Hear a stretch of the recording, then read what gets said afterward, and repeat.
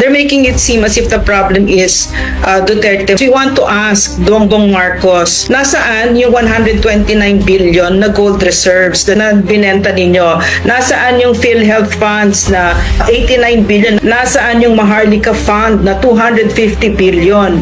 Yung GSIS na 62.5 billion, yung SSS na 62.5 billion, yung Land Bank na 62.5 billion, yung PDIC, Philippine Deposit Insurance Corporation, 117 billion, kinuha at inilipat sa Department of Finance. Pera natin yon, hindi yun pera ng gobyerno, lahat yun yung nasa bangko natin na pera, kinuha at dinagay sa Department of Finance. Bakit? Pera natin yon. So, yun ang mga pasagutin natin sa kanila. We just want the prices to go down. We want you to serve us and we want you to stop stealing from us.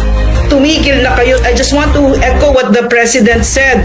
Si Inday, kaya niya yan. Kayang-kaya ni Inday kasi for one thing, she is on high ground. Ito mga ito, puro invento lang naman yan eh.